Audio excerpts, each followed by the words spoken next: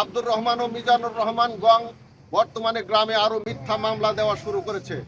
যেমন মোহাম্মদ সেলিম মিয়া পিতা মৃত বেলায়েত হোসেন, তার নামে 10টি মামলা।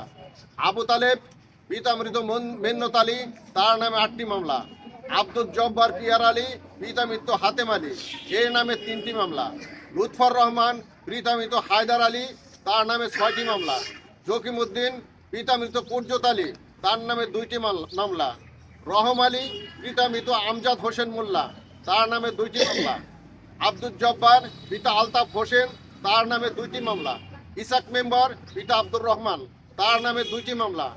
আক্তার আলী পিতা শুকুর আলী, তার নামে 1টি মামলা। আহেদ আলী পিতা আব্দুল মজিদ, তার নামে 2টি মামলা।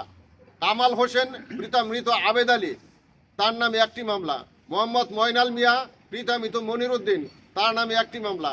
সাহেব আলী পিতা মৃত পরশ আলী, তার নামে 1টি মামলা। রজব আলী পিতা মৃত হরজত আলী, তার নামে 1টি মামলা। এই মিথ্যা হয়রানিমূলক মামলা ঢাকার বিভিন্ন থানার নাম দিয়ে গ্রামের মানুষকে হয়রানি করে আসছে। প্রিয় সাংবাদিক ভাইয়েরা, এই মিজান, আব্দুর রহমান ও কয়সুদ্দির টাকার উৎস কোথায়? আব্দুর রহমানের এক কাকা বসুন্ধরা গ্রুপের পিয়ন পোস্টে চাকরি করেন। নাম জাহাঙ্গীর, পিতা মৃত মাইনুদ্দিন।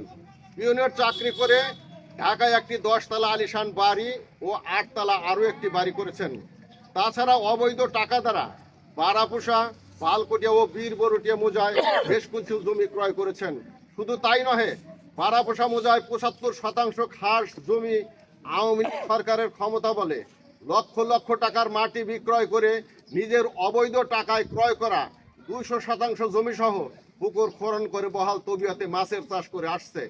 তাতে পুকুর পাড়ে অন্যের জমি ভেঙে পুকুরে পড়ে যাচ্ছে। তারা কিছু বলতে গেলে তাদেরকে মামলার ভয় দেখায়।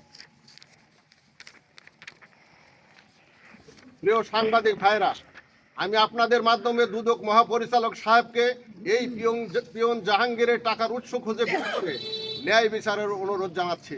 সামনে জাতীয় সংসদ নির্বাচনে এই ছাত্রলীগের মিজানুর আব্দুর রহমান গং ভোট কেন্দ্রে ভোট দানে বিঘ্ন ঘটাতে পারে বলে আমার বিশ্বাস, এবং বিভিন্ন মাধ্যমে আমারও গ্রামবাসীর কানে এই সব কথা আসছে।